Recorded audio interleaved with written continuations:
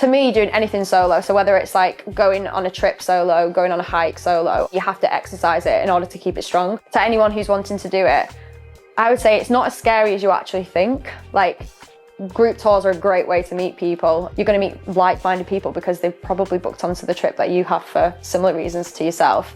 And just keep doing it, put yourself out there.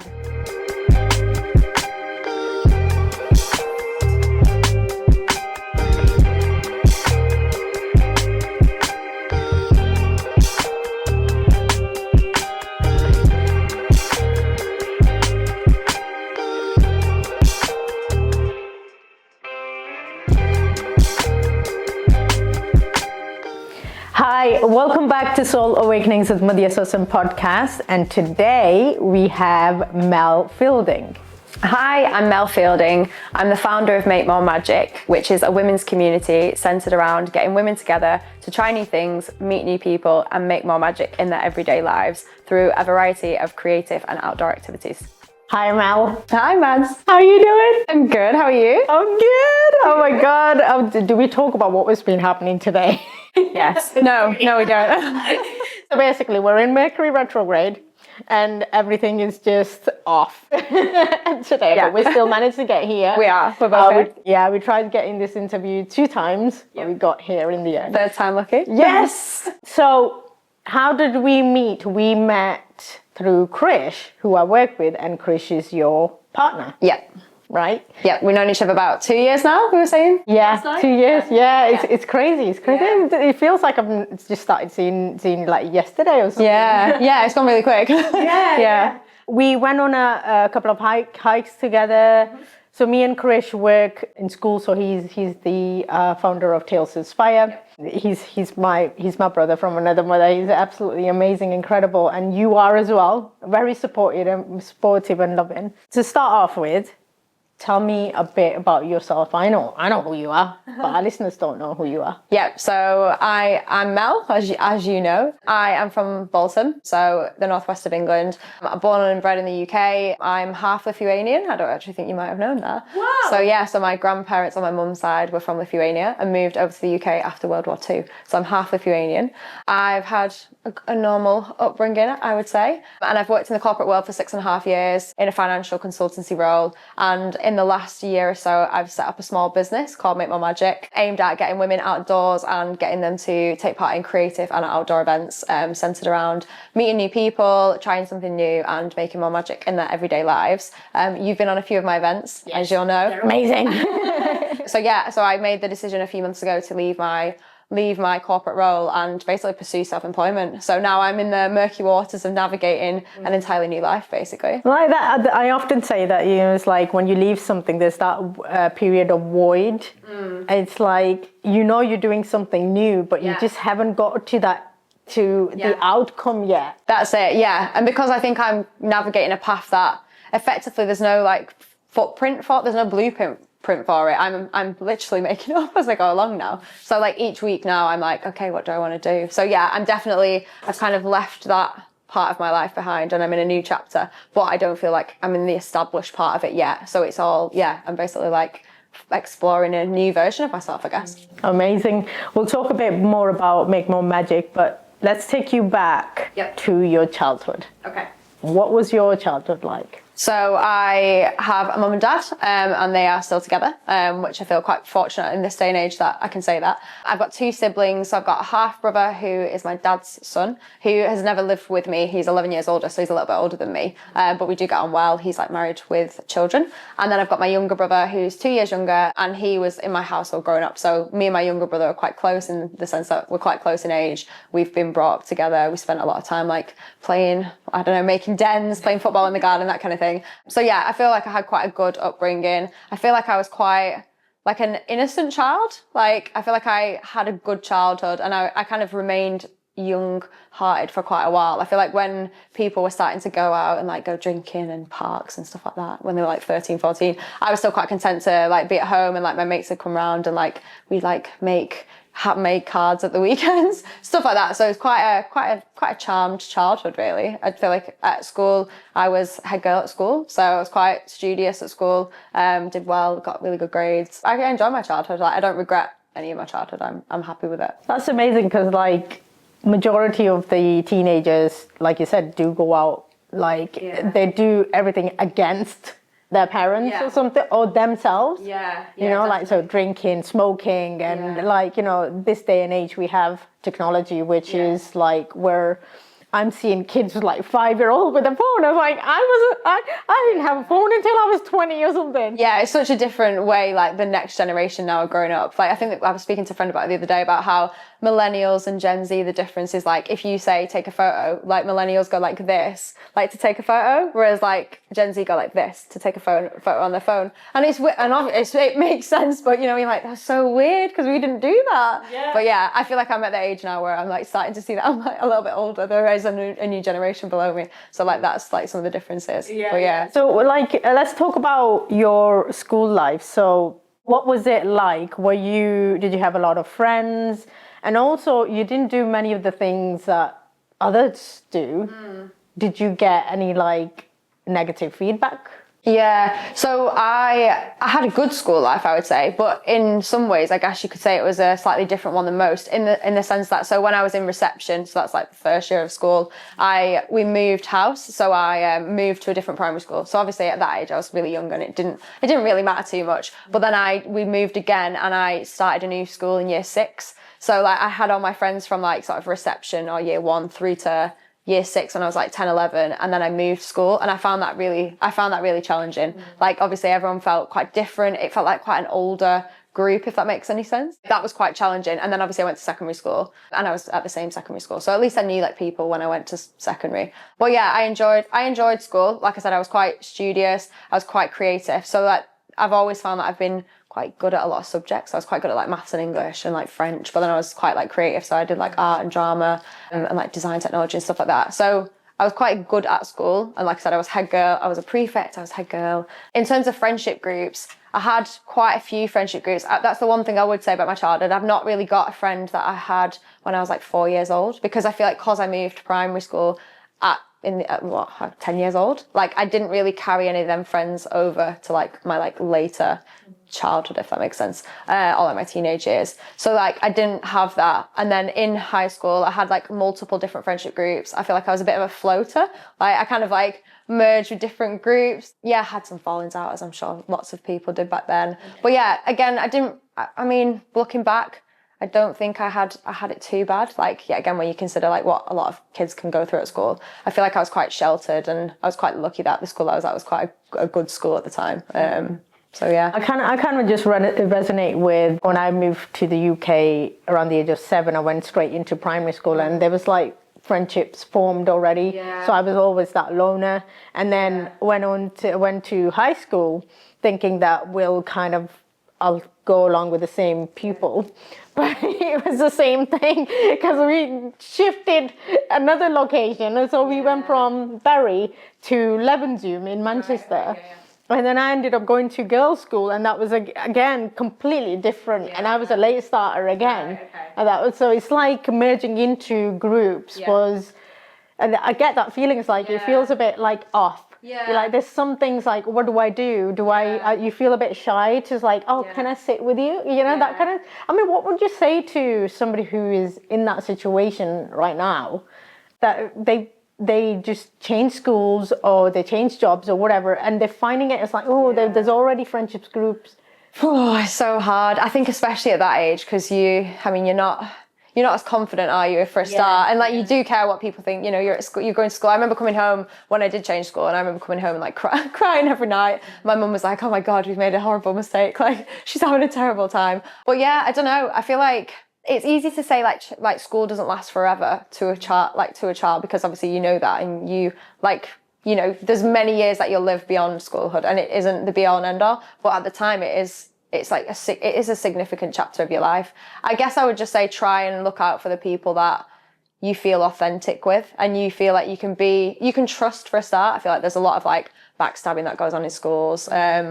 Because we're newly learning to trust each other and ourselves at the same time. And then also, like, I mean, take it to high school, you're like all hormonal and you're like going through you're navigating the teenage years anyway. So it's a challenging time anyway, isn't it? But yeah, look for people that you can trust and that you feel like have got your back in like a genuine way. And also try not to bow to peer pressure. I feel like that's one thing I didn't do at school. I didn't really bow to peer pressure, I don't think. Like I said, I didn't really do any of the like things that a lot of teenagers probably did, which I'm quite glad about, really. I don't feel like I missed that. I'm quite glad I didn't spend my Friday nights like that, if I'm honest. Which is a good thing, which is amazing. I mean, like, going back to the trust, I mean, you know, it's not just the school or when you're a teenager, it's like it goes on throughout your life. Yeah. You know, you're always in and out of friendships, relationships where whether it goes badly or not, you have to kind of adjust. I mean, we recently went on a walk and we were talking about this. Yeah. You know, I openly talk about, like, I lost a lot of friendship groups, right? And I think it's the first time in my life where I'm experiencing where the trust is broken within friendships itself. Yeah. Even though if I meet you now, there's going to be a little bit of a guard on it. I get you. And I feel like in high school, I definitely went through friendships where like people would like, I remember a friend that I had and she just like ignored me for weeks on end and I don't know what I'd done. And I think ultimately it was because I befriended a new person because I wanted to like reach out to this girl who I thought, like she seemed really nice and I'll become her friend. But I think my other friend became offended by it. So you're navigating like jealousy or like, you know, like she wasn't happy that I was spending time with someone else. But that, like you said, that carries on through to adulthood. And I don't think it's any easier to navigate in a way now than it was back then, apart from you've got a bit of lived experience. And you're more awareness as well. That's the thing. Yeah, you've got more awareness, you've got more lived experience. But like the emotional side of it, you still experience those emotions. It's just maybe it lasts a little bit shorter, I guess. I heard somebody say that it gets worse as you grow with age, because you expect more of people though as well. Like you kind of expect that in high school, whereas now if someone treats you like that, you're like, we're not in high school anymore. So it's that issue, isn't it? Yeah, I get you.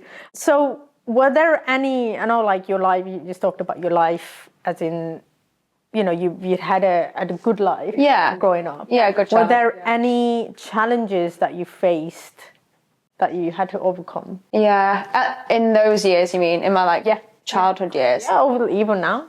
I would say I had like I heard someone describe their life as like, I basically met a girl a few years back who said that she'd had quite a charmed life and that she wanted to like do something to give back. And I feel like that about my childhood. Like I feel like I had quite a charmed childhood. I had quite a nice childhood, grew up in like a nice house and like I said, spent lots of time with like nice people. I feel like I didn't really like start to have as many struggles, shall we say, until probably my like early 20s. For me, I was always quite good at various subjects across the board. So when I had to like start to narrow them down into going into college and then going into uni, I started to feel like my options, despite everyone saying, oh, you've got your whole life ahead of you and you can do whatever you want, I felt like my life was like closing in, if that makes sense. Because I was like, well, I don't want to just do one thing. I want to do lots of different things. So I feel like, and you're all on the same path as well at that age. Like you all go to like school, college, uni. And then after uni, you're kind of like navigating the big wide world, aren't you, like on your own. So like some people go traveling, like some people go into education, some people get a graduate job, and you know, everyone changes. And that was where I started to feel a bit lost. And I feel like I like started to like not know what my like purpose was. And I feel like that's probably stayed with me for the majority of my 20s, if I'm being completely honest. I think that's been, it sounds daft, but like that's probably one of the most challenging things that I've had so far, is that lack of purpose and like knowing like where my place in the world was. I think like in my early 20s, like I was in like a relationship for like a number of years. And when that broke down, I think I was like 25 at the time. I'm 31 now, so quite a while ago. But at the time when that broke down, I think I put so much of my like eggs into that basket of that relationship that I kind of like suffered. I don't know. I definitely went through anxiety, I would say. I definitely felt very anxious. Prior to that, I was working in a job, so I did law at university. So I decided to pursue an academic route, basically, rather than a creative route, which is what I wanted to do originally.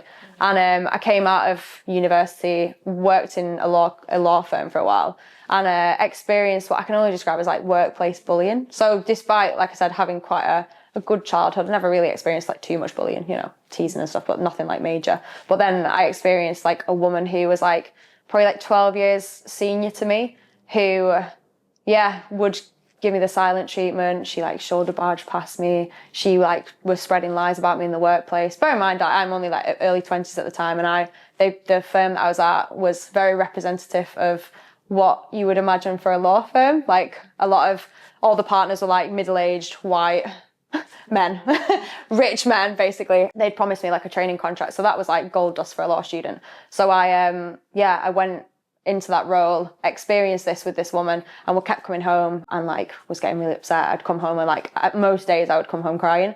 I found it really like hard to navigate. And at the time, like my ex-boyfriend, like my family, everyone that I knew and was telling them about this was like, you need to leave. Like, you know, you need to leave that situation. I started suffering from like physical symptoms of anxiety. So like there's like a phantom symptom where it feels like you've got a lump in your throat. I don't know if you've ever experienced it. 100%, yeah. Yeah, so I started suffering from that as well. So one of my friends suffers from anxiety. So when I told her, she was like, oh, this is what it is. It's like a phantom symptom. But at the time, like I'd known someone who'd suffered from throat cancer. And obviously one of the symptoms of that is a lump in the throat. So I kept going to the doctors basically, and I was like, oh, I feel like I've, got a lump there. And they was like, there's nothing there. Like, here's some anxiety tablets, which I decided not to take at the time. But anyway, this kind of carried on basically for a number of months until I eventually decided to leave. And then shortly after, maybe a year or so after, that relationship broke down. And that was definitely a key reason of that struggling with mental health, I think, and not knowing where my place in the world was, if that makes any sense. For me, that was like a really hard time, followed by that breakup. And then after that breakup, I'd probably say I was in like the lowest mood that I've probably like ever experienced. So I was like really low. And I remember like going for a walk with my brother and saying like, I'm not sure like I want to be here anymore. Like not on a serious note that I'd ever considered doing anything. But I remember having that conversation and I was like crying my eyes out. It was on a golf course behind his house in Bolton. And that was like quite tough. So I think having not really had much in the way of like difficulties in like earlier life, it really like threw me like going through that experience. I think like those years of like my early 20s was quite difficult, really. What was stopping you from leaving that earlier? What was it inside of you? I think maybe like fear of failure. Like looking back now, I would love to say that if that situation happened again, I would leave much earlier. I would leave much earlier. I'm not sure whether I'd leave like when, at the first sign of it, because I think because I'd studied for so many years towards it, not that I was ever like really bothered about having like a high status job, but like because they'd offered me this training contract, I was like, I'm going to stay in this role. And I think I'd always like reflected and thought like, have I done something to this woman, like for her to treat me like this? Yeah, I don't really know. Like looking back, I obviously should have left that situation like so much sooner. The implications of like the feeling anxious, I don't think I'd ever really felt anxious before. And now it's a weird concept to me. Like I speak to like friends about it. So the friend of mine who does suffer with anxiety, like she's a good like support for me in that sense. Like even now, I definitely feel like that was the first experience I had with anxiety.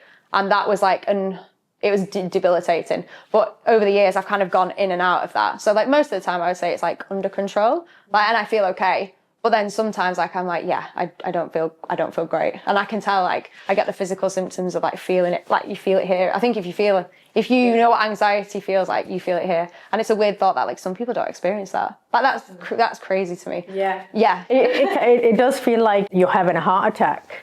Yeah. Right? Yeah. When you actually go into full-blown panic attacks or even anxiety, it does feel like you're having a heart attack and you can't breathe. Yeah. And you feel like, oh God, like there's something wrong with my heart or something, And you just don't feel like it's going to pass as well. Like I know people use this too shall pass, like as a coping sort of mechanism. But I feel like in that moment when you feel like that, like at the moment I feel fine, but like a few months ago I was like, oh, I feel really anxious. I'm going through all this I was going through all this change. Like, and I know these days I can recognize it a lot easier, but in my early 20s I was like, what is going on? Like I've not had the throat symptom for a long time now, but at that time when I was having that, I was like, why do I feel like this? I must have had it for like 18 months. And that's a long time to have like a symptom that's reminding you that you're anxious. And then that then came into like a bit of a health thing, and I was like, oh, what if the doctors are misdiagnosing this and actually it's something more serious? It's also like because you said like throughout your life you were just like, you feel like you were just caving in and the doors were getting narrower and narrower and narrow, and the anxiety is like suffocating. It was like your soul is trying to, I want to be free, I want to be creative. Because for me, anxiety like is basically an alarm bell that's telling you there's something you need to look at. Yeah, yeah. For me, yeah, like you said, it's saying that like you said, for my experience, it's maybe saying, you know, you might not be on the right path, or you need to maybe look at certain things at the moment and like how you feel about a situation rather than how a situation like is perceived to be. So for example, being in that job now, when I look back, so it's funny, like at the time, like I said, I kind of left that job, and about a year later, my long-term relationship broke down. And at the time I was like, oh, it's because of that. Like, it's because, you know, I was suffering from poor mental health at the time, and it's probably that's probably a contributing factor. But actually, like now, like years down the line, I actually think it was nothing to do with that. Like I was still really unhappy anyway, and I think the lack of purpose and like being in a job that I didn't want to be in that job. Obviously, the other situation, like the other stuff that was happening in that role, wasn't helpful. But yeah, I didn't want to be in that role. Yeah, your universe is basically saying, yeah, this isn't your path. Like, you need to leave this path. Yeah, and instead, what did I do? I left that job, went to visit my friend in Australia for a month, came back, and then got my last role. Basically, I was contacted by a recruiter for a financial consultancy role, and it was in formal insolvency. So it was kind of like sold to me as like half law, because there's like a lot of legislation involved, half like accountancy and like a lot of like commercial knowledge. So I was like, okay, that's like a sensible fit for my degree. Like it was for an American firm, so there was lots of like perks. I had to go to London for the interview. Like it kind of like, I guess like I was sold the dream. So I was like, okay, that seems like the next logical step. And it's funny, like I've then stayed in that for 6.5 years.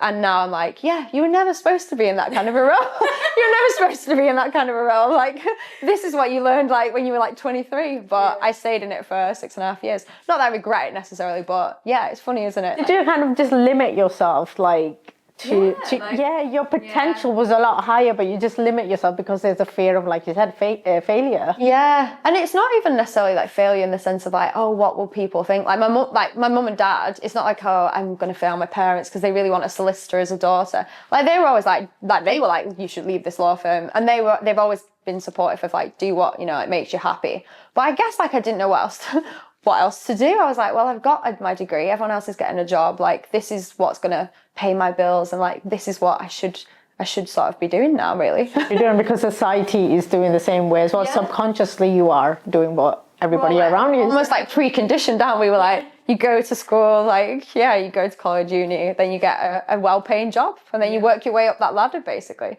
So yeah, to go through that and then be like, oh, actually. So yeah, I kind of had that, I say blip, however you want to describe it. I had that in my like early 20s, and then yeah, been in my last role for 6.5 years. And like I said, looking back now, I think I probably maybe shouldn't have stayed in it for 6.5 years, but yeah. Maybe you should have in order for you to see where you need to be at. Because sometimes like you need to be in that certain situations and relationships. Yeah. Now, let's talk about relationships, because when you were talking about, I know you're with Krish now and your ex boyfriend. What is the difference? Not comparing the two, but like in terms of I get you. So I think that it's funny talking about stuff like this. I hope Krish doesn't watch this now. I'm just kidding. Well, you know he will. He'll watch it, but we're taking notes. We're very open anyway, so it feels fine. But yeah, I think like when I look back, so like I said, that relationship, I think I got into it when I was like 20. I was like 20 to 25 roughly, and I was obviously a very different person back then anyway. And like for the most part, it was a good relationship. Like I look back at it now as like quite a young relationship. Towards the end, we were like looking to buy a house together again, because that was what you did after you've been together for 5 years in your mid-20s. So that was kind of why we'd never actually lived together at this point. So we started looking. And then in the process of that was kind of when we broke up. So we kind of like broke up in that process. And at the time I was like, what, you know, like what's happened? Like, I don't understand this.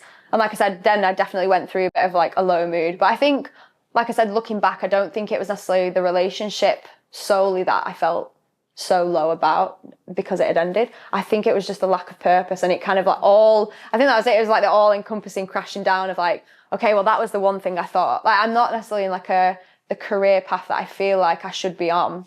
I don't know whether I want to live in this area. You know, I kind of like, that was the one thing that was like steady, and now that's gone. So, but yeah, in terms of like the difference now, I think, I mean, Krish, you know Krish, he's great. Like, this is gonna massively inflate his head. Like ego. But yeah, he's a wonderful person. He's very communicative. He's like so kind natured. But I think like for me, in terms of like the biggest lessons I've learned between like my like younger relationships and this one is, I think communication is so important. Like sharing values as well. I think like you don't have to. I think you need to know what your non-negotiables are. I was speaking to my friend about this the other day, but you need to know what your non-negotiables are with someone, and like what you are, where your boundaries are, and what you want from someone and what you don't. Because no one's perfect, and like, you know, none of us are. But I think like that's really important. So if you establish your non-negotiables, and then you can communicate, like you can communicate openly. There shouldn't be anything that you really shouldn't want to say to the other. I think you should be able to talk about, for example, your past as well, because it happened. It's your life. Like you should be able to communicate that as well. You should be able to talk about what you want for the future. And I think regularly check in with each other as well. Someone once said to me, like, if more people treated their relationships like they treat their business relationships, like the world would probably be better. And like, I know that sounds a bit formal, but actually like, I think that makes a lot of sense. Like I see like people who, for example, like have like yearly check-ins with their partner. Like, are we happy? Do we want to carry this on for another year? And I'm not sure, me and Chris haven't quite got to that stage, but we've had like check-ins where we're like, you know, are we still on the same path? Do we still want the same things? If we don't, and you know, you get to a place where, or like he gets to a place where he doesn't think that aligns, or I get to that place, we should talk about it. So the reason I asked not to compare the two, but where you were in your life before, you were obviously attracting the people that you were attracting, right? Whereas Krish now, like, I know Krish, he's very supportive, very loving, very upbeat, and will support you in anything that you do. Yeah. Right? Yeah. And also, but I also feel like I look back at myself back then as well. So like, I don't necessarily, like, so I went through that situation at work, and like I said, it took me, it probably took me about, I'm trying to think how long I was in it. Maybe like over a year. I was there for over a year. And for about 9 months, I'd come home and I was like, I hate it. I hate it. I hate it. Like, I hate her, this lady. Like, it's a horrible environment. You know, I feel awful. I don't want to go back. I was coming home crying. And my parents, and obviously my ex-partner, like, as supportive as they were, had to listen to that narrative for like 9 months or so of me coming home and saying that. So like now, I look back to my life now and I think, okay, well, if I acted now in the same way with Krish, for example, in 9 months' time, maybe he'd get to that same stage of being like, I can't help you because you don't want to help yourself. And I think that's what I've massively learned from that situation was I looked back, like I said, the relationship broke down and I was like, oh, you know, like, I feel like maybe he didn't support that enough. But now I look back and I don't blame him. Like, there's no ill feeling towards that situation. I just think actually I wasn't like the best version of myself that I could be back then. Obviously, like I said, situations were happening that weren't great, but I couldn't control what that woman was doing to me at work. All I could control was like my own actions and like what I did about it. So like whether that was like to say something to her, to set my own boundaries at work, or to leave the environment, like that was the only thing I could control. And instead I just didn't control anything. I let that situation control me at the time. And now I look back and in a similar way, it's funny, like I've obviously learned so much since then, but yet again, you look back at situations and you think, oh, maybe I should have done that better as well. So for example, if I think, oh, maybe like 6.5 years in that corporate role was like too long, but the difference was that I was working towards knowing that I wanted to do something for myself and I needed to let myself get there, and I knew I would get there, but my narrative was different, if that makes any sense. Like I wasn't letting the situation necessarily control me in the same way. So if you're in a similar situation, or like you said, you would do things differently. Yeah. And also you would have a partner or your parents or whoever's around you now, because you're in a very open vibration, I would say, energy. Yeah. Whereas before, like I was saying, you were narrow. Yeah. Whereas you're open, you're free, you're free. Yeah, maybe that's it. I think I'd sort of seen my life getting smaller, like the older I was getting. And like I said, maybe spending time with people that I felt like, oh God, like getting older is really quite depressing. It's depressing, you know, like you progress in this career and like you only see those same people. And actually like, that's not really what I want. Like I wanted this like full life of like experiences and like doing new things and meeting lots of new people. So like after that relationship broke down, I got my job that I was in for 6.5 years. And then the following year, so I think this was like 6 years ago that this all happened. And then the following year, I booked my first solo trip. And I booked to go to Canada. I booked a tour, and I remember debating it for ages. I was like, oh, should I go? I'm so scared. Like, you know, I can't go on my own. So many people go, you know, for like a year to Australia on their own. Yeah. And at like 20 and they're fine. But I was like 25. I was like, oh, I can't do it. I'm so scared. Anyway, I booked it. I was like, if I book it, then I've got to go. And it ended up being one of the best things that I ever did. Like, I often talk about it. It's like my life-changing trip. But it really was. Like, I went on a tour. There was like 10 of us on the trip. There was 8 girls, 2 guys. The 8 girls were all amazing. We were all traveling solo actually, so it was really like lucky in the sense that none of us had kind of gone with anyone else. We all were very open to like obviously meeting new friends and like experiencing that together. And I've actually just the last 2 nights had one of the girls that I met on that trip. She is from San Francisco and she's just been staying at my house because she's been in the UK. So I still know her 5 years later. And yeah, earlier this year I went to Madeira with some of the girls, and it's the trip that keeps on giving. But yeah, like for me, that was like putting myself out there, and I was like, right, I'm going to do this thing that I find scary to challenge myself. And that opened up my world really, like that narrow, like where I felt like I was kind of my world was getting smaller. After that, I was like, okay, I can start doing things again. And I remember at the time, like I got back from that trip, and I think that same summer I went to like Edinburgh Fringe, and like I went on a few other trips and did like basically like lived for me for what felt like the first time in a long time. I'm sure people would probably disagree. They'd be like, you've still been doing fun things, but it felt like it was for me because there was no one else I was doing it with. I was obviously single at the time, so I was doing all of these decisions for myself. And someone was like, oh, it's like you're on a gap year. Like, you're like, your life's like a gap year now. Like, obviously I was still working, but I was like, I know what you mean. Like, I'm kind of having this like, ooh, like time of my life where people did this maybe like in their early 20s, but for one reason or another I didn't, and I was experiencing that again, and it definitely opened up my world, I think. What age were you when you were traveling? So it was like 20, I was probably about 25, 26 when I went on that trip. Yeah. So about 5 years ago this summer, I think it was. That's interesting because I don't know how you know about Saturn return. Yeah. So basically every 27 years you kind of get a review of your life. Right. So whatever you're living in the first 27 years is actually basically Saturn comes in around 25, 6, 7, shows you that actually this isn't you, and then changes everything up, like your relationships break down, your jobs break down, your career breaks down, whatever, something that needs to break down, it comes in and kind of just implodes. Yeah. Wow. So I guess around that age, that makes sense. Finding yourself. Finding a new identity, even though you're the same, but you're finding a new identity within yourself.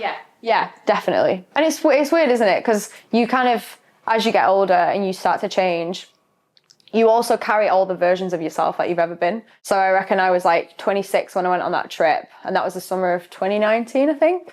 And then following that summer, then obviously COVID happened the following year. So obviously that changed things for everyone a little bit. But I feel like in that time, the year of COVID, I bought up my first house on my own, which was quite a big deal for me at the time because, like I said, me and my ex-partner were looking to buy a house together. So I kind of went through this like weird, like I was really excited, but I was also like, again, I kind of was like, I've failed a little bit. Like I always envisaged me buying my first house, you know, like sitting on the floor with a chippy tea and like, you know, having a celebratory glass of champagne like everyone does, like you see on social media. So I bought my house, and it was during COVID, so no one could come into my house. So I spent that summer like renovating my house. Like my mum and dad helped me do a lot of the renovations, and then that year kind of rediscovered a lot of the joys that I'd had when I was younger. So started like painting again during COVID because obviously it was locked down, and like what else were we doing apart from making banana bread and painting? So like I started doing that again, and then obviously also the daily walk was so important. So I know, you reconnect with your back to yourself. That's it. So like I've been raised like really outdoorsy, like doing a lot of camping trips and a lot of walking in the Lake District when I was younger. But I kind of like, and I used to do it a lot in my early 20s, or as much as I could, but I always thought I was a bit weird for liking the outdoors, like as a 21-year-old. But during that time, sort of like 2020, 21, I kind of like rediscovered my love for the outdoors as well. Started like going up hiking a lot more seriously, found some new friends that actually enjoyed it as well, like connected through Instagram, funnily enough, and met loads of new friends, started going for like camping trips and kayaking and paddleboarding and all of that. So yeah, it was like putting those building blocks together to, I guess, get back to a life that excited me a lot more, and like the version of me that I always felt like I was, which was someone who always wanted to do different types of things and like, I don't know, try, like push myself and try different things as well. So yeah, that makes a lot of sense what you're saying about the 27 age. It's that, you see, it doesn't happen all of a sudden. Sometimes it takes years and years. Look where you're at now, completely different to what you were doing. Yeah, definitely. That's just the beginning. Yeah, definitely. Yeah. And obviously I know your podcast is called Soul Awakenings, but I feel like for me, like there was no like one particular moment. I talk about Canada as like my life-changing trip. But I feel like it was those years that I was like navigating this like new chapter of myself. And obviously like, that's the interesting thing about getting older, is like you carry all the versions of yourself with you. So I'd carried like those versions of myself when I was younger, and like, I kind of reflected back to like, I think there's a quote that's like says you should be making the 8-year-old version of you proud and the 80-year-old version of you proud. And I really like that because it's quite a good guiding compass for decision making. Like, is your childhood self, like, would your childhood self be excited by the life that you're living? Because like when you're a kid, like being an adult and like being able to do whatever you want to do, like that's amazing. Like that's really exciting. And then when you're 80, you maybe don't have as many years ahead of you as you probably lived. So then you're like, okay, have I used my years in the way that I wanted to use them? So like that's kind of like a way that I like navigate decisions as well. So I feel like in those years, like I was doing that a lot more. So yeah. That's amazing because like, you know, they say that because oftentimes whatever we go through in our life stems from our childhood, right? And then if you're going back and nurturing your your younger self, or whatever your younger self would need, and even your 80-year-old need, I think it's such a brilliant balance to look in. Like the past, not bringing the past with you, but taking the tools from the past and then like, okay, what are those tools gonna look like? Exactly. And I think there's another like quote I've seen about in your 30s are about like rediscovering the things that you enjoyed as a kid and like unlearning all the societal expectations that have been basically put on you in your 20s. And it so far, I'm 1 year into the 30s, but so far that seems very, very true. Hey there, healers, wellness warriors, and holistic fans. Exciting news, we've just teamed up with Listening to Smile, a company all about healing through music. Imagine listening to music that doesn't just sound good, but actually makes you feel better. Now here's the deal. Just listening to that music for 20 minutes a day could make a huge difference to your mind, body, and soul. And guess what? You get 20% off their awesome albums with the code Soul Awakenings. But wait, there's more. Want to improve your practice, earn more, and keep your work safe? Then this program is for you. It's all about opening up new possibilities and protecting what you create. So, are you ready to get started? Head over to their website, www.listeningtosmile.com, and let's begin your journey to feeling great. Don't forget to use the code Soul Awakenings to save 20% at checkout. All of these links and the code will be added to the description below. Let's awaken those souls together. So you talked about your love for outdoors. Yeah. Right. So tell me more about that, because I feel like, you know, since like we talked about COVID times and where most people were connecting with nature. Yeah. And it was the first time, like when I was walking around the park, like every single day, the same park. Same loop for an hour a day. There's like people coming in, I'm avoiding you.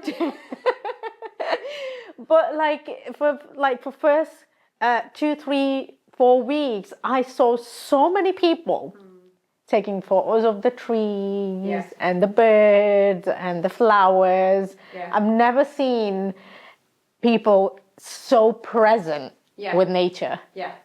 Like it was, I think that was the only thing that was getting everybody out. Like through those days. Yeah, genuinely, yeah. Like there's so much like benefits to being outdoors. Tell me about your experiences. Yeah, so like I said, I've grown up always enjoying the outdoors. But for me, I don't know, like my mum always says, like, if you're feeling down, she's like, just go for a walk, like you'll feel better. And I don't know what it is, but I can honestly say I don't think I've ever come back from a walk and felt worse. Like I always feel better about it. I don't know whether it's the wind, like blowing the worries away but yeah, I always come back feeling better. So like during that time of obviously COVID and, like none of us knew what was going to happen, did we? So like getting out for that daily walk was so important. And then from there, I guess we all had a chance to like pause during COVID and like assess our lives and assess the direction it was going at. And it was a proper chance to like slow down. But I think because everyone slowed down, it really gave you a chance to reflect and think, is this, when life, gets faster again, because it will, and it has. I mean, God, the years now are rolling by. We're like 4 years gone. I know, we're 4 years past COVID already. But it was kind of like, okay, when it starts to get faster again, like, how do you want that to look? And I feel like a lot of people thought about that. So for me, I was like, well, I want to prioritize getting outdoors, because that's the things that I enjoy. Like, I was enjoying it in my early 20s, but I didn't do it enough, probably because I thought it was really weird. But I was like, what 20-year-old likes to hike? But I think through meeting people, so I kind of like, I've always like shared like snaps on Instagram, like I'm sure a lot of people have. But during COVID, I started like sharing more, and then like I guess stumbled across, there's like an outdoorsy community, obviously worldwide, but there's like one in the UK. So there's a lot of like adventure accounts in the UK. So I started like posting more like outdoorsy pictures, and my like following started to grow slightly. I started to connect more with people, and now like I do some content creation for the outdoors, like on Instagram, which is amazing. And I still find it really like a very odd concept that I get to do that. And like I said, I've met so many people through it. But yeah, like sharing that experience and realizing that there are other people who like it, it made me feel less alone. And that, I think, was when I really thought about like the power of community as well. Because I'd found a community, I was like, there's other young people who like going for a walk. Like, I'm not as weird as I thought I was. So yeah, that was really powerful for me. It feels like, you started off with the narrow, and then you like kind of there was expansion where you had to find yourself. I'm guessing because you leave your old life behind, you go through that bit of like dark night of the soul as well, which we touched upon off air, and then you sort of like, okay, within that, you kind of, the old is dying off and the new identity is forming. Yeah. And then you're on that path. It's like you're expanding, and you're meeting people who are on the same path and community, and you're finding that freedom within yourself as well. Yeah, definitely. Yeah, so we touched upon the dark night of the soul, didn't we, just then? And yeah, I definitely went through a period where, so I kind of, like you said, it was almost like my world had got narrower, then it like expanded, and now I'm like, I've got too much going on. I've got no free time anymore. But yeah, like I kind of went through a phase where I think it was the winter I'd moved into my house. So I got my keys in the May 2020, like obviously just after COVID, and I moved in like the August, September. And then that winter, obviously like the following like December through to like March, we had the winter lockdown, which was like probably the toughest lockdown, because obviously it was dark, like it was rainy, like we were all in the house. But I chose to stay at my house and do that and bubbled with my mum and dad. So I'd go to theirs like, at the weekends, but I'd stay on my own. I was working from home. So I spent a lot of time on my own during those like few months. But like, I just remember feeling like really, I don't know. I remember like dancing around the kitchen to some Lord Huron music, very randomly, like folksy music. And I remember thinking like, okay, I feel like comfortable though on my own now.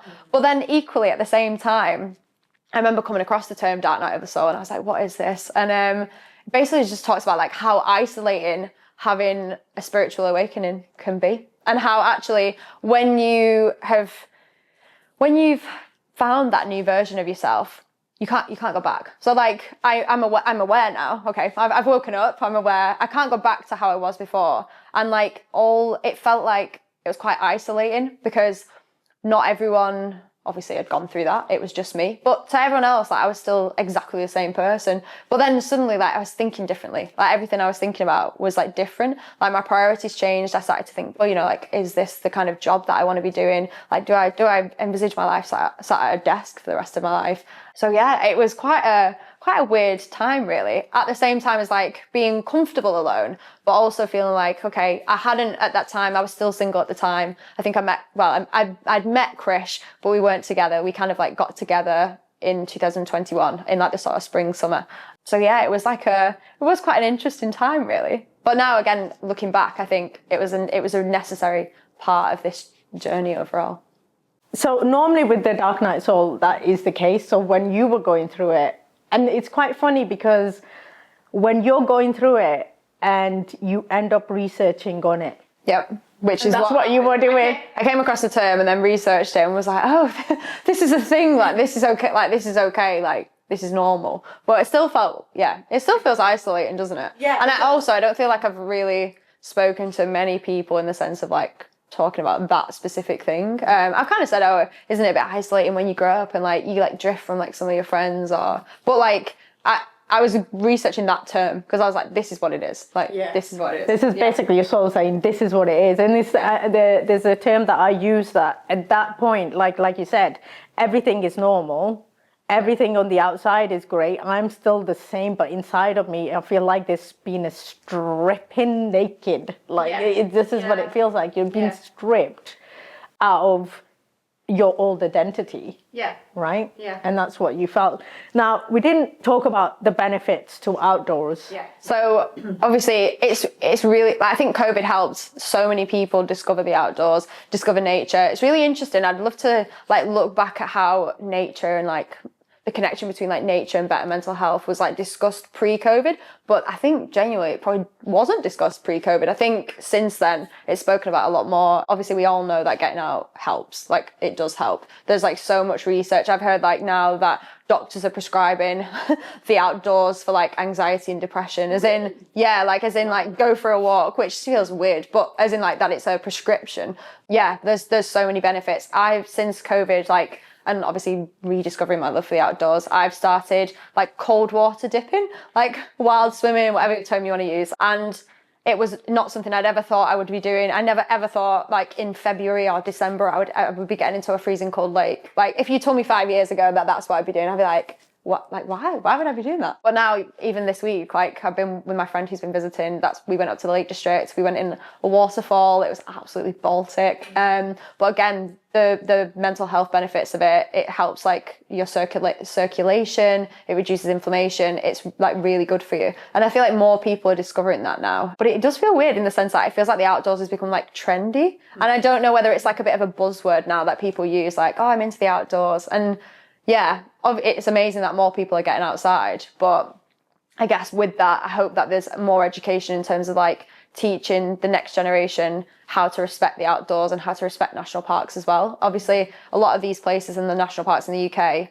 they have got small roads, the car parks, the infrastructure is literally not in place for hundreds of people to go. I mean, I don't know if you've seen, but like in Snowdon, I can't pronounce it in Welsh, so Snowdonia National Park. So Snowdon is the highest peak in Wales. And there's lots and lots of footage on like newspaper articles to show queues of hundreds of people queuing to reach the summit of the mountain.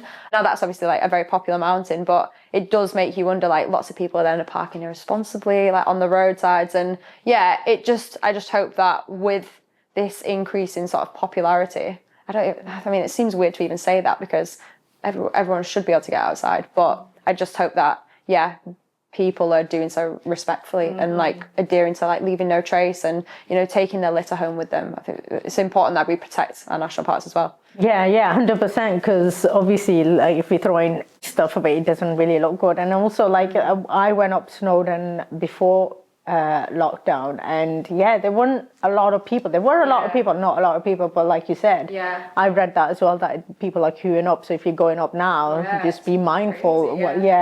Even because we've had like some people died as well. So and then obviously going to like mountain safety as well. But it is amazing that so many people are heading out, and like I said, the benefits are amazing. We were talking about the grounding aspects, so walking barefoot onto the grass. So there's a documentary called Earthing, and in that it talks about we're not supposed to be wearing shoes.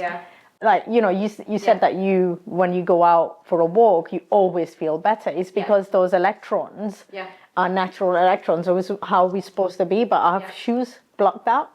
And if you think back to how our ancestors lived, like we're not supposed to be indoors. Like they would have lived I'm guessing in caves if you take it far enough back, but they would have spent a lot of time outside. Like people had like agricultural jobs. There was no offices where people sat at a desk for 8 hours of a day. So actually, if you take it back to that, just like moving your body, I mean, yeah, movement, like we both know, movement's so important as well.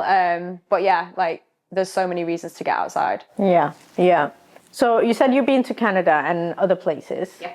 Which place is like kind of your favorite where you really felt like yourself? Yeah, like what's my favorite country? Yeah.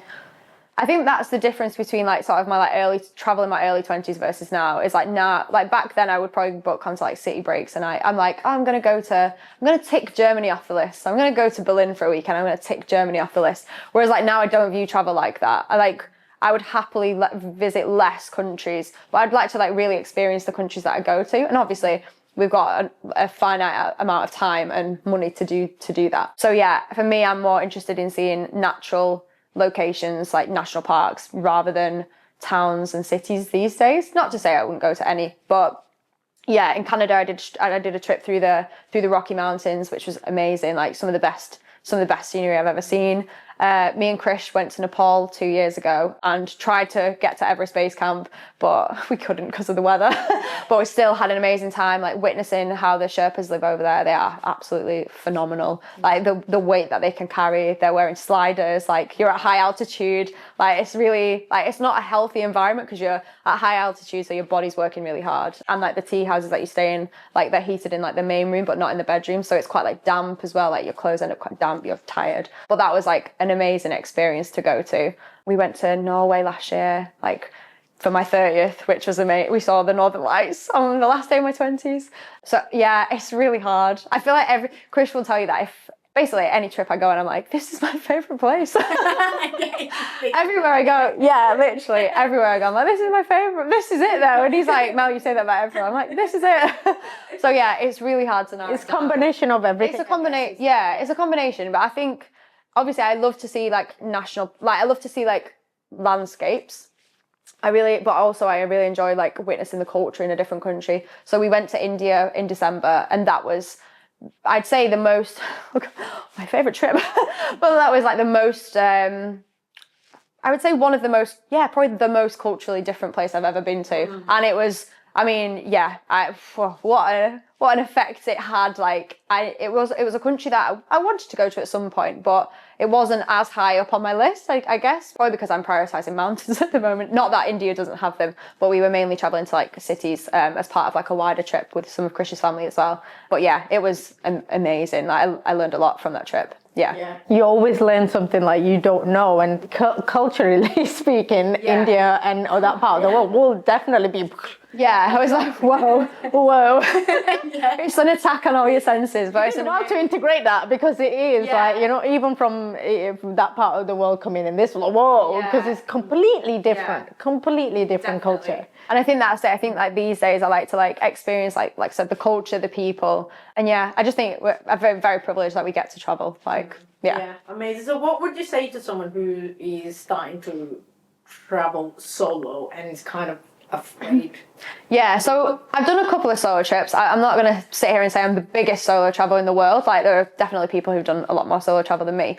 But to me, doing anything solo, so whether it's like going on a trip solo, going on a hike solo, or even just going to the cinema or like even a restaurant, like I feel like I still the concept of sitting in a restaurant and having a meal alone, I'm like, oh, it just feels a bit weird, doesn't it? But I feel like doing anything solo, it's like a muscle. So like to me, you have to exercise it in order to keep it strong. So like if you don't do something for a while, if you don't do a solo trip for a while or do anything by yourself for a while, say you get into a relationship and you get comfortable, you're going to find it harder, I think, when you go back to doing it. You might know that you can because you have done it. So you can use your lived experience to tell your brain, you know, you'll be okay. But yeah, like you're gonna need to keep using it. So last year I booked, not a long solo trip, but I booked to go to the Alps for 4 days. That was really because I was like, well, you know, me and Krish have done a few trips now and I've not done anything on my own for a while. So I booked to go for 4 days, just for 4 days. And I was nervous before I went, even though I've done it before, I was nervous. But I went, and by the end of it, the difference between just like arriving at the airport, flying in versus coming home, I was like, yeah, I feel so much more confident. So I think it's, to anyone who's wanting to do it, I would say it's not as scary as you actually think. Like, group tours are a great way to meet people. You're going to meet like-minded people because they've probably booked onto the trip that you have for similar reasons to yourself. And just keep doing it, put yourself out there. Like you said, it's a muscle. Yeah. Keep practicing it. And also, another thing is like, if you want to go to a restaurant, and you take yourself out on a date. Yeah, exactly. You don't need a relationship of friends to be like, and that's it. And that's where it came from for me. Like, I booked to go to Canada because I'd always wanted to go to Canada, and I'd always wanted to go like interrailing. I'd always wanted to have these like travel experiences. And with my ex-boyfriend, we did go to places, but I kind of like held off booking anything because I was always like, well, we'll do it, you know, I'll wait till he's free and we'll do it then. And it never happened. Like, that was the reality. We never went interrailing. So when that broke down, I was like, okay, like, I'm going to book this trip that I've always wanted to do and like do it for myself. And like, I don't need to do this with someone else. And at the time I was like, oh, but will it feel weird having those memories to myself? But actually, like, no, because I'm the one carrying my memories forward. Like, no one else is carrying my memories in their lifetime. It's myself. So long as I'm there, that's all that realistically matters. Obviously, it's nice to share memories with people, but yeah, you still have a great time on your own. And I find that you actually are more open to meeting people and communicating with others when you are on your own as well. Like, you're more likely to make friends, I think, if you go on your own, which is great. So tell me about Make More Magic. Yes, so obviously I've alluded to the fact that I've been in a role for 6.5 years, that I kind of had realised that it just wasn't right for me and my personality really. Over COVID, like I said, people had a chance to take stock and have a think about what they wanted to do. And during that time, I just bought my house. So obviously financially, I kind of was like, I need to stay in a job. Obviously, the world was uncertain. But I kind of knew then that at some point in the future, that wasn't the role for me. Fast forward, I think, to the start of 2022. No, the start of 2023, so last year, I'd made the decision that I wanted to hand my notice in and I wanted to set something up for myself. I wasn't quite fully sure what it was going to be, but I knew that I wanted to give it a go. So I handed my notice into my role. I told my boss at the time, like, this is what I want to do. You know, I'm not going anywhere different in terms of employment. I just want to try something different. I want to try something more creative.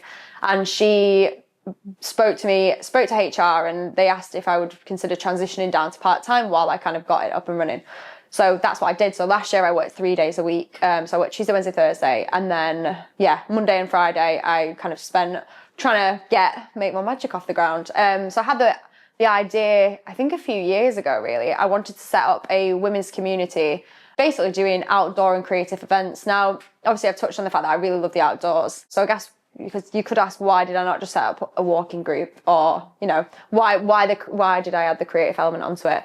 But for me, like, the creative element was really important because I feel like, in the same way that when you're in the outdoors, you're in the flow state and you're very present, when you do something creative, you're the same. And actually, it's really good to try new things as well. So long term, I've got big plans for this, and I would love to have it so that, you know, I could offer so many different types of activities. But for now, we're combining the activities. So last October, I actually set Make More Magic up, and I did my first event.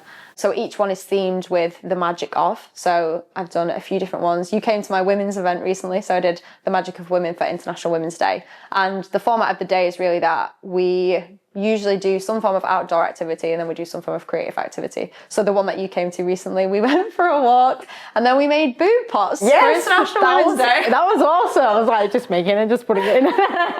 And it was great. Like, it was such a fun day.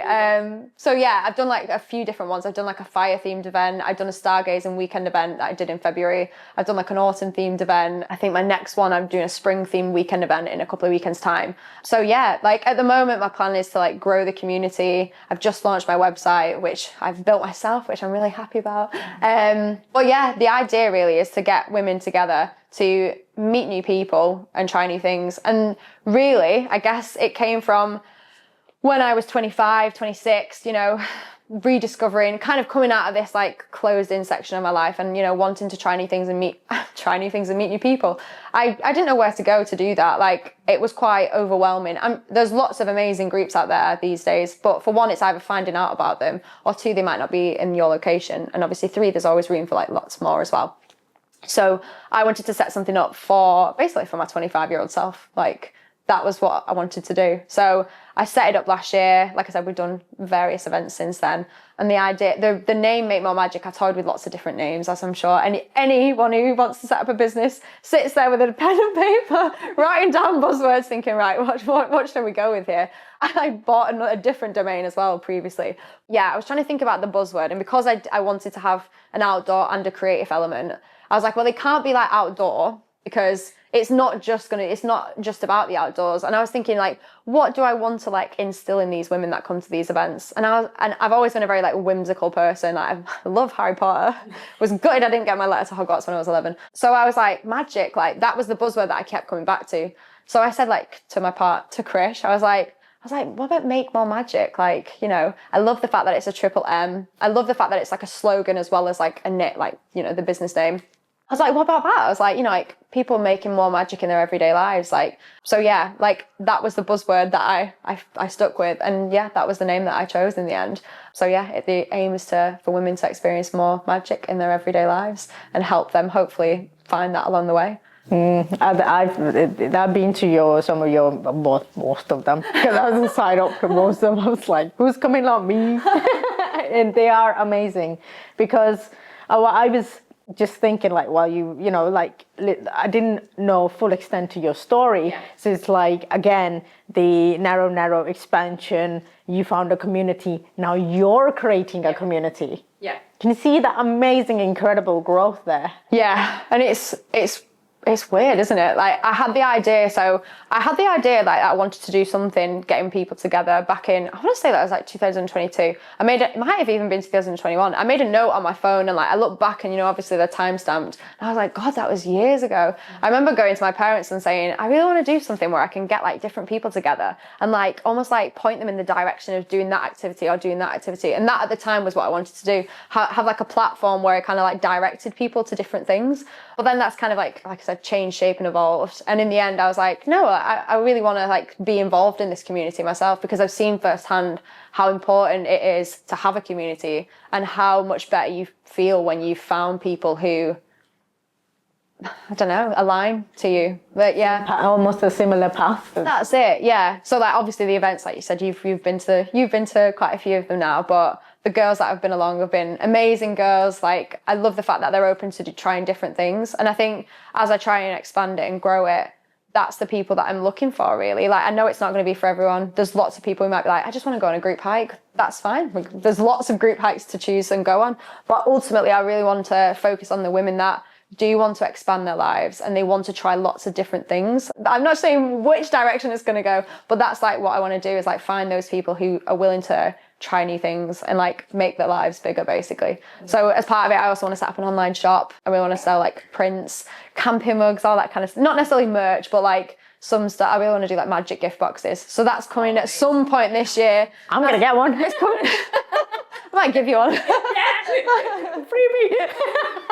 But that's coming at some point this year. So yeah, that's yeah. So like I said, I'm quite early on in it. I'm about 6 months in. And sometimes, like obviously, as you'll know, trying to pursue self-employment, I'm in, you know, completely unknown territory. I've never done anything like this before. So it's all very new. I think it's using skills that I've picked up in lots of different places over the course of my life. Some probably paid and like through work, and some just through things that I've done before. Like I used to do amateur dramatics. So like, you know, like using other skills that I might have. But yeah, it's scary, like doing something for yourself. Well, but it's really rewarding. I got to give it to you, because you took that brave decision that I'm going to quit my job and I'm going to walk into the unknown. Yeah.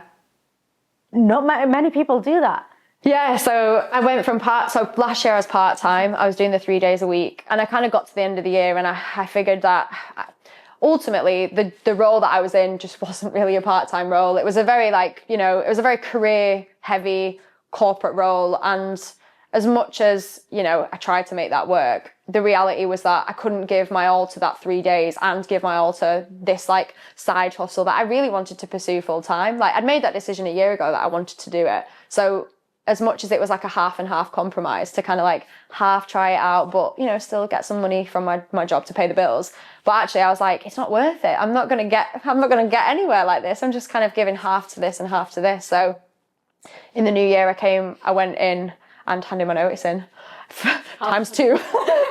How did you feel? What was running through your mind? Like, I think because I'd made that decision a long time ago that it wasn't the right role for me, I was very nervous, obviously. I kind of went through like I'd made the decision and I was like, okay. And then I actually like sent the email to HR and was like, oh my God, what have I done? I've gone rogue. Someone stopped me.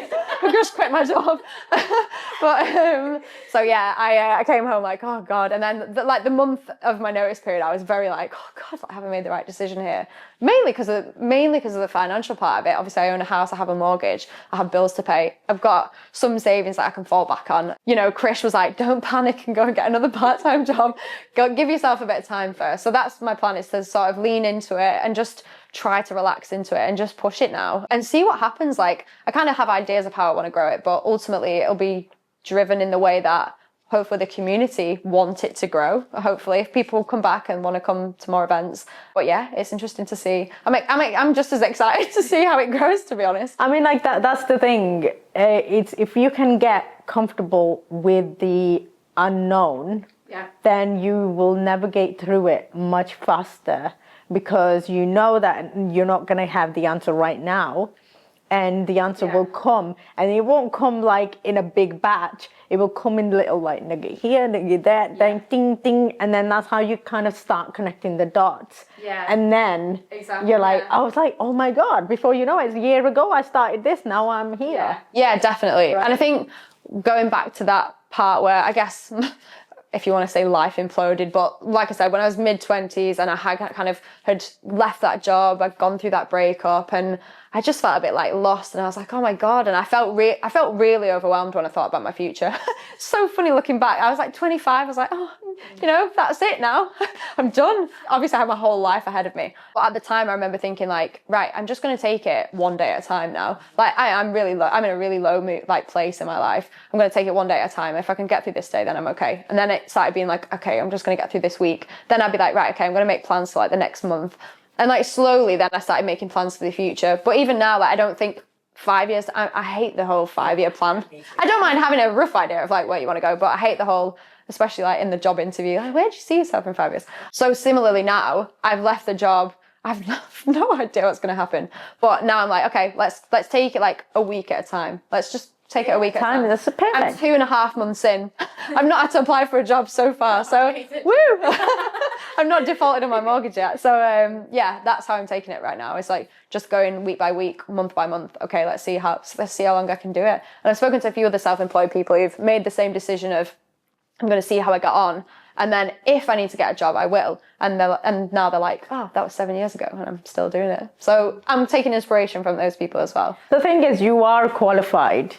If it doesn't work out, you can always get temporary job and then work on that. Exactly. And then it's like there's no falling, there's no failing. Everything is growth. Yeah, right? Exactly. But I felt like in the role that I was in, I felt like I'd kind of taken what I could out of that role. I don't really feel like there was anything left for me to learn in it. I feel like I'd done everything that I wanted to do in it. Had some really good experiences over the years, met some really nice people, but ultimately I was like, I'm ready for a new chapter. I feel like gone are the days of being in a career now for like 4 years. Obviously some people do, and that's amazing, but I feel going back to like millennial and Gen Z, I feel like we are maybe a little bit more like entrepreneurial, and lots of people have like side hustles as well, even if they do have a career. So it's nice to like be able to lean into that, really. Yeah, it gives you more freedom, and freedom brings more opportunities. Yeah, and ultimately that's what I also decided was, as much as obviously we all need money to live, and we do, like you can't deny that, but I don't need a ridiculous amount of money to live. Like I'd rather have more freedom and more, like this week I've been able to take a few days off because my friend was over from America and she came over to stay. Now that to me, I'm like, oh, I feel really guilty. I'm like, oh, it feels like weird that I've been just taking a few days off midweek. But that's what I kind of did it for, to allow for those opportunities. Had I still been in my job, I wouldn't have been able to do that. I would have been like, I'm really sorry, I can't see you. So it's nice that I've been able to do something like that. Amazing. I love it. Right. I've got some rapid fire questions. Okay. But before we get into the rapid fire questions, what's next for you? What's next for me? What's next for you? Well, I'm just I was like, let's take it day by day. taking it week by week. So this week I'm going to Scotland tomorrow until Sunday. Oh no, until Monday. Is it like more freedom? Now what's next for me? Scotland. But yeah, like I said, just seeing how it grows, really. Yeah. Amazing, amazing. Okay, are you ready for this rapid fire question? Let's do it. Yeah, let's do it. Okay. What is your definition of life, God, or the universe? Oh, my definition of life, as in what's the meaning of life? Yeah, meaning. What is your definition of life? Whether you believe in life, whether you believe in God, whether you believe in universe? Oh gosh, that's a big question. I believe in energy, so like I'm not sure what I believe in terms of like a religious stance or like what happens after death, for example. But I definitely believe in energy, and I don't think that our energy just goes when we die. Like I believe that it carries on in whatever way that can carry on. So I feel like letting energy guide you in this lifetime is really important. And I definitely believe that there's like something more beyond this one. Don't know what, but I do. Amazing. Well, my next question was what do you think happens when you die? Well, there we go. There's the answer. Like I said, not sure of the specifics, but like yeah, I think that, like your energy lives on. Yeah. And I think also like if you can live your life as authentically and true as you can in this lifetime, and you live with like purpose, like we was at Chris's event last night and that's what they were talking about, weren't they? But like live with purpose, then it's going to benefit you in the next lifetime, whatever that might look like. Amazing, amazing. What's the lesson that took you the longest to learn? It doesn't matter what people think. And I still struggle with it, but yeah, it actually doesn't matter what people think. Because we're conditioned, like we're talking about conditioned, it's so like that is going to be a lifelong journey. It's lifetimes. It's a work in progress even now, but it doesn't matter what people think. Like, you know, I was so nervous about handing my notice in last year, and I was like, what are they going to think? Like, you know, like. Yeah. But actually, the reality is that like I've left and I've spoken to a handful of the people, but I haven't spoken to many, and. You know, why was I fretting so much? No, it's a lifelong lesson. Yeah. Do you believe that people with, I was going to say horrible, but humble beginnings end up creating the best futures?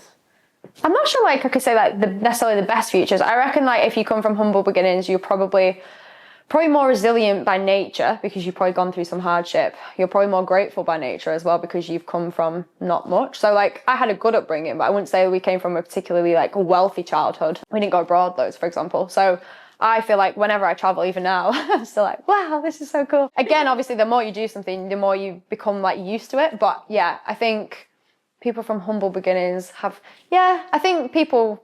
They have the potential. I think they have the potential to. Yeah. I think they're definitely probably more resilient and probably more grateful by nature. Mm-hmm. Okay, so I'm fully in present moment when? When I'm outside, or when I'm in cold water. When I'm on a walk. When I'm in cold water in particular, because it's bloody freezing and you're like, oh, make it stop. So you're just getting through it. And also when I'm doing something creative, like I love, and again that goes back to why I do creative activities on my events. You're not looking at your phone. Like you're not looking like, I wonder what the time is. You're like, oh, I've been painting for 2 hours. That went quick. Mm-hmm. Yeah. I love it. The world needs more of what? It needs a lot. it needs more kindness. I think people need to be kinder to one another, which I know is like a cliche answer, but genuinely, I think people need to respect one another's decisions more as well. I think especially in this day and age where people are choosing to do things that are like against the grain, I think the people that don't necessarily understand that do need to like respect other people's decisions. And I don't think people should have to justify the way that they want to live their lives more. Mm-hmm. Yeah. If there is one message that you would like to share with somebody who's going through adversity, hard times, or even the awakening and they're going through dark night of the soul and can't see the light at the end of the tunnel, what would you say to them? I feel like if you can get through that, your life will be so much better afterwards. And it's like really hard at the time, but you end up with such perspective afterwards. And actually, like, if you ask me, would I rather not have gone through those things?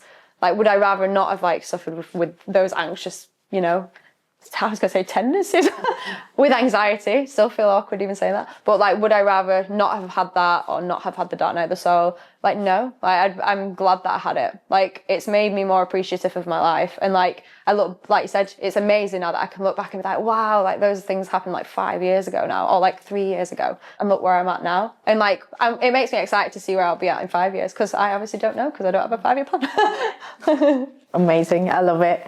How can people contact you? I've got my website, makemoremagic.co.uk. I'm on Instagram as @melf_fielding. Bit of a weird, like, Melf is like just Mel F, and I just like kept it all the time. I've never changed it. So yeah, and the Make More Magic one is Let's Make More Magic, because Make More Magic wasn't available. Everyone thinks that the business is called Let's Make More Magic, and it's not. I was like, I had a phone up. I was like, so what's this Let's Make More Magic? And you're like, Make More Magic. I was like, what? Everyone thinks it's Let's Make More Magic, but it just, Make More Magic just wasn't available. And I was like, oh, I'll go for like, you know, like Feel Good Club, or like We Are Feel Good Club. I was like, okay, like what could my like prefix be? And I was like, oh, let's Make More Magic. But yeah, everyone thinks it's that, but it's not. Amazing. Oh my God, Mel, thank you so much. It's been an absolute pleasure interviewing you, and even like going through your growth as well. Like, because I didn't know anything about your anxiety and your dark night of the soul. Yeah. So again, like, you've been on such a journey, and I have no doubt that you're gonna inspire more women to do stuff outdoors and even solo travel. Yeah, hopefully, yeah. Thank you for having me, Mads. Thank you for listening to this episode of our award-winning podcast. We hope you enjoyed it. You can follow us on Instagram, Madiha Sosan 1, and YouTube, Madiha Sosan, for more content. Don't forget to like, subscribe, and share this episode with your family and friends, and let us know your thoughts on social media. A special thanks to our sponsors, the Resonance Center, for making it possible to use this beautiful space, and Razia's Bonton Salon for my amazing shiny hair and makeup. You can find this and other episodes on Spotify, Apple Podcasts, and YouTube. Thank you once again for listening, and I will see you in the next episode.